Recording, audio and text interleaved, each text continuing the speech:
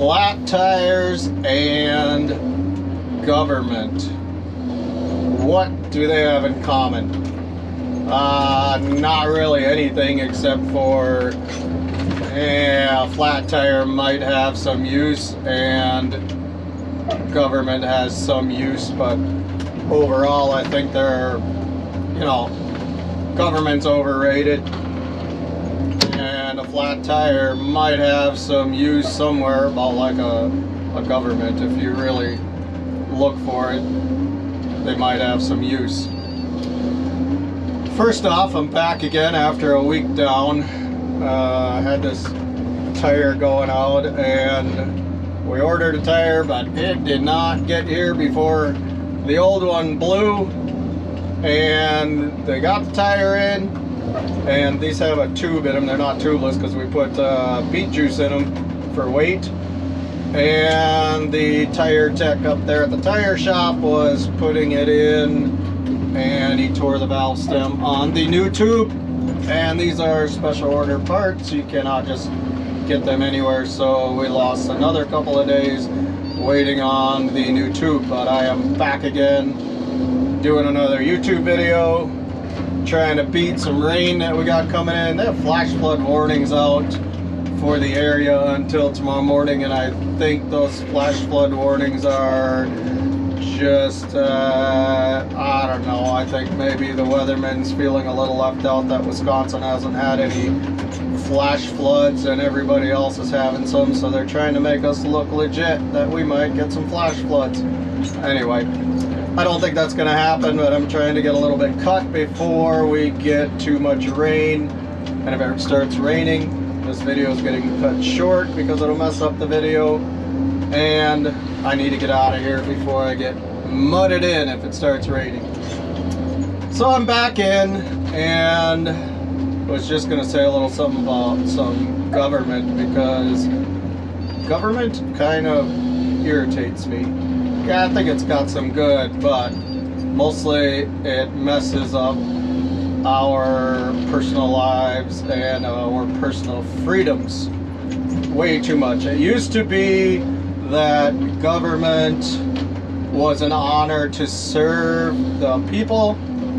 That's long gone now. People realize, that's been a long time now, that people realize they can have a position of power, make a career out of it, and just force their ways on other people. The ones that they like to have power over create rules and regulations, create problems where there is no problem, and then make a permit to solve the problem that was not a problem. Follow that? So they've created an issue where there was no issue, and then created a permit for the issue that wasn't an issue. And these permits create jobs for the people that don't really want to get a job and would rather sit behind a desk and tell you and I what we can and can't do by way of permitting, allowing, not allowing, and getting their, I don't know what you call their power, their ego trips out of telling citizens what they can and can't do. Does that make sense to you? I'd like to know exactly, where you live and what your viewpoint is of your local government. Is it overreaching? Is it pretty good? Do you like them? Don't you like them? Our local, as far as township, they're great. Super good to work with. They have some common sense on it. They're old school. They get it. The county level, whole different ballgame. They're a younger generation. I shouldn't say too young. They're like my generation. A couple of them might be a little older. But it seems like a few of them have a little issue with a little power trip and being able to tell people what they can and can't do on property that is not theirs. The local government, man, just our neighboring county, they just shut down a kid I know. He's a hard-working kid.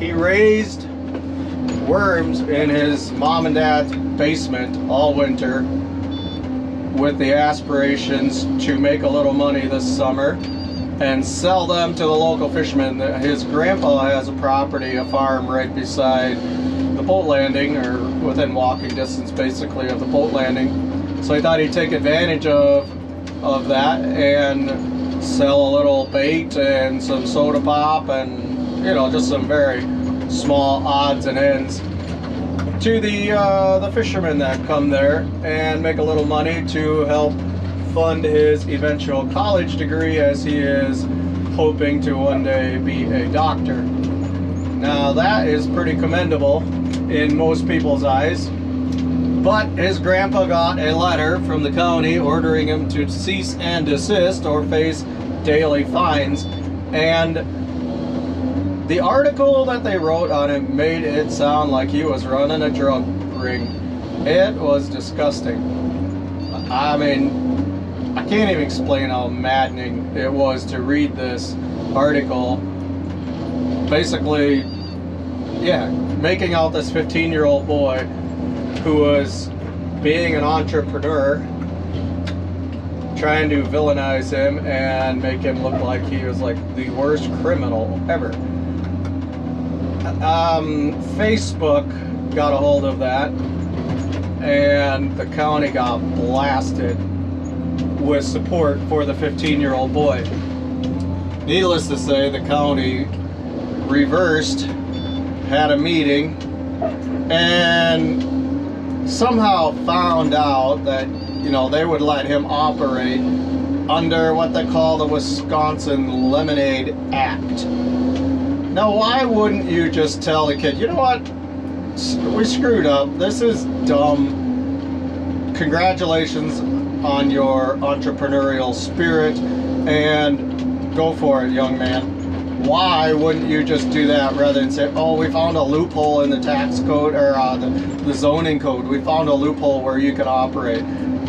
Way to go, continue to be an entrepreneur, just operate under the Lemonade Act. Stupid. They said a concerned citizen reported him. They didn't even go and what do they call investigate on their own. They got a report from a, in quotes, concerned citizen, and just wrote the letter and told them to cease and desist.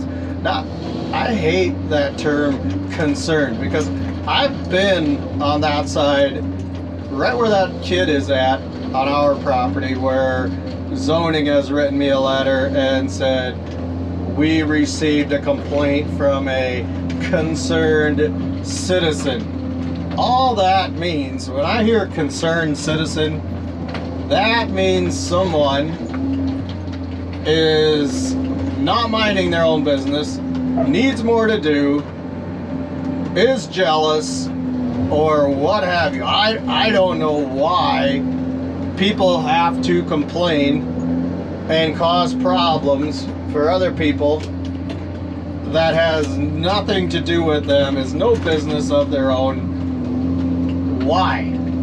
I don't get it. Oh, that's so frustrating to me that people can't mind their own business.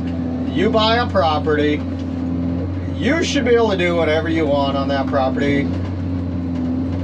Now there might be some exceptions to that. I mean, I might have a little bit of reservation as far as some things, but for the most part, you buy that property, you should be able to do what you want with it, and if the neighbors don't like it, they should have bought it, or they can move away. I just hate when you're doing something that's perfectly fine, and it might not be, in quotes, legal or to the zoning code, but there's literally nothing wrong with it, it's moral, it does not hurting the environment, nothing wrong with it, except for somewhere in the stupid code book or the zoning law, somewhere previously someone decided to put that in there, that now that is not legal, and some neighbor knows that it's against the code and they know they can whine and complain, and they do, just because they can, or I think it's mostly because their own life is just miserable, so they try to put everybody else in their box. But the kid got his stand back with tons of support from the community and even people from states across the US, actually, from people I know that are like 5-6 states away that are supporting this kid. So there is definitely some good things when it comes to that, and Facebook and being able to make things aware and put pressure on overreaching government situations. And on the county we live in, we built our first house in 1999. Now there was nothing like there is today when it comes to codes and regulations, zoning, all that. We built our first house. We were newlyweds. We had 2 permits. We got a sanitary permit and we got a building permit. That was, or a land use permit. No, we didn't even need a building permit, a land use permit. I think it cost us like 20 or 30 bucks in permits to build a house back then. Today, by the time I got all the permits done last year, I think we were over $3,000 in permits. There was no such thing as a UDC, a Universal Dwelling Code permit from the state, which is the big one. That one alone was almost $3,000. Then you gotta get a permit for your well, your septic, your garage has to have a permit. You gotta have a permit for your deck. You got a permit, you know, it's just permit this, permit that. It's just maddening how much you have to get approval to do things, and these permits are not free. They all cost money. So what I think is these people creating these regulations that you have to have a permit for everything, they realize that if we were a free country, they would not have a job. They really don't want to get their hands dirty, so they want to maintain their cushy lifestyle and get their raises, well, without continuing to make a problem where there is no problem, and then creating a permit for the problem that they created that actually isn't a problem. That's how they get their raises. So we didn't used to have permits for decks. We didn't used to have permits for the entire freaking building, but now you have to have a permit for everything. Just talking to the local landscaper yesterday morning, and he was frustrated too. He said, well, he said, this is so maddening. He said, I found out this summer we now in this county have to have a permit to build anything more than 3 steps. If it's 3 steps, you have to have a permit to have that stairway. This is in landscaping. And he said, I used to be able to build retaining walls with no permits. Now this summer, if your wall is 8 inches high or higher, you have to have a retaining wall permit now. I'm like, are you kidding me?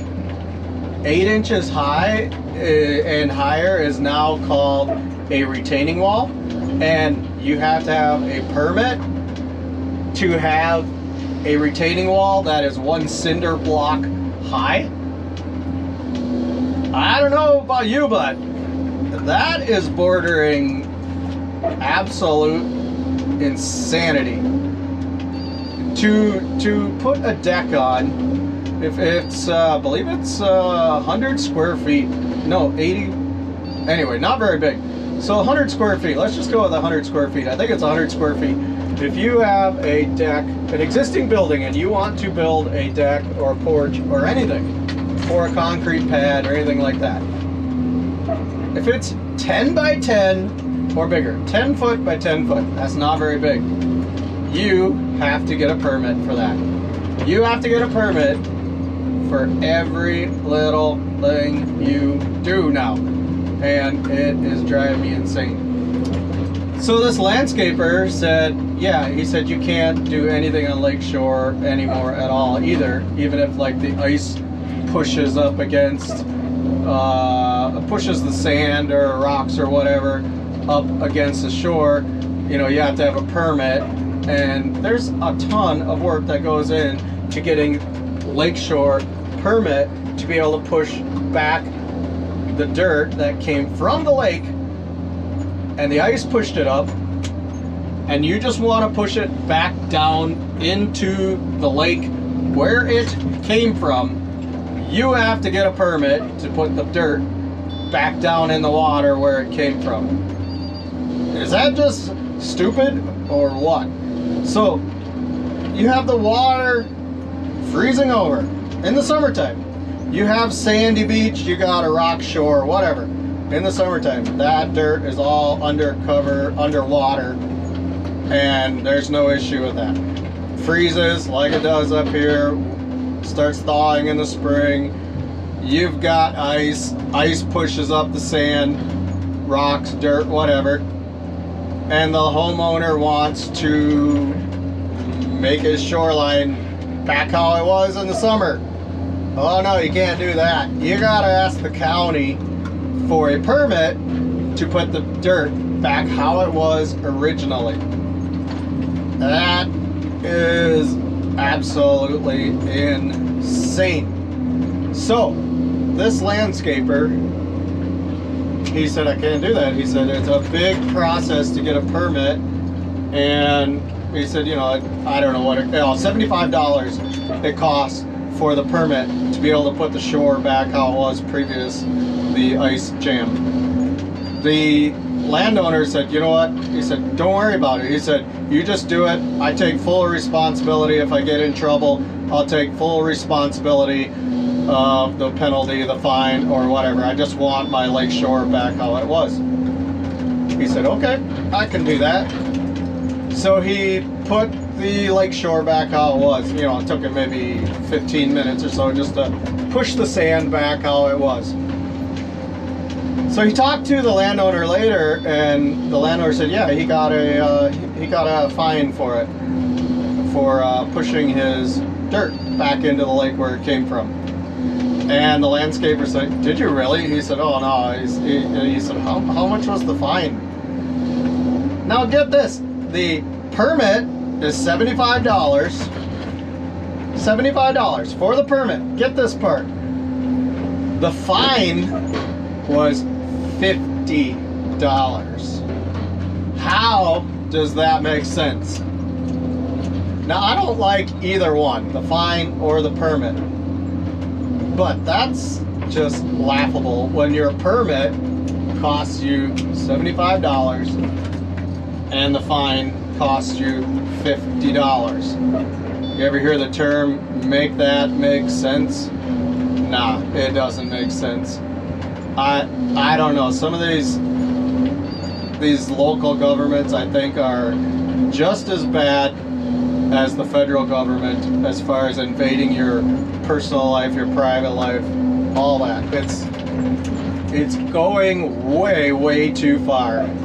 And I don't know how you're going to stop it, how we're going to stop it. The only thing I can think of is people like you and I are going to have to start getting in office and changing some of these things. But it's tough because most of the people that are listening to my video, I think anyway, are a lot like I am. We're working hard, and the last thing we want really is to be involved in local government. But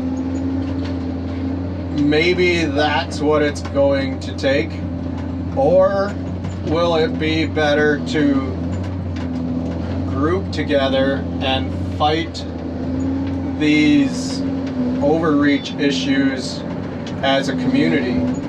I don't know what the right answer is there, but I really do think that if local people don't stop it soon, band together and stop the insanity, or it may take working class people like you and I to get in office and stop it. I don't want to get involved in local government because I just wouldn't last very long. There's not enough common sense for me to sit there at these meetings and just listen to this bullshit. Sorry, but that's what it is. It's just maddening. I mean, I've been to town board meetings already where I'm gonna bash tourism a little bit here, so if you don't like it, just get off. But we live in a very tourist area, and I realize tourism is what keeps our community alive, but leave your crap behind you. Leave your political crap behind you. When you come to these quaint little towns that you love so much, and you're coming from these liberal cities that have all these rules and regulations, that's fine. Come here, enjoy what we have here, but leave your crap in the city, because you are going to turn us into what you're trying to get away from.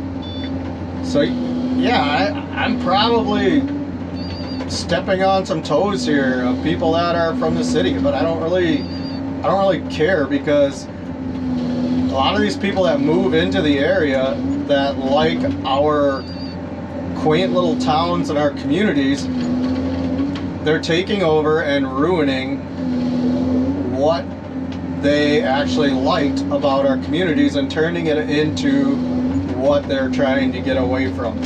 So now that's one town, just an example, the one town board meeting I was in, this was some years back, there was a lot of people there. I'm like, whoa, there's a lot of people here for nothing on the agenda. Well, it turns out there was some lake owners on a local lake were there to discuss a no-wake zone. Now, I know this lake quite well, and there's a bay there that is good fishing, and it's weedy. And there's a group of people moved in from the cities, and they wanted this utopian idea of this perfect lake home setting, and they didn't want any noise, they don't want PWCs. These are PWCs, if you don't know, are personal watercraft like ski jets or jets, that kind of thing, mostly skiing. They wanted a no-wake zone in this entire bay. Well, there was locals there that have been there their entire life. They have lived there for several generations. They've enjoyed the lake for their entire lives, their grandparents as well. And they made a way of life enjoying the lake, whether it was swimming, fishing, skiing, wet jets, what have you. That's their home. Now you have these people moving in that are, wealthy. They don't have to work. They just sit on their porches and are living the life, and they think, how can we make this better for us? Oh, that's right. We don't like the noise of the ski jets. We don't like the waves. We don't like, whatever.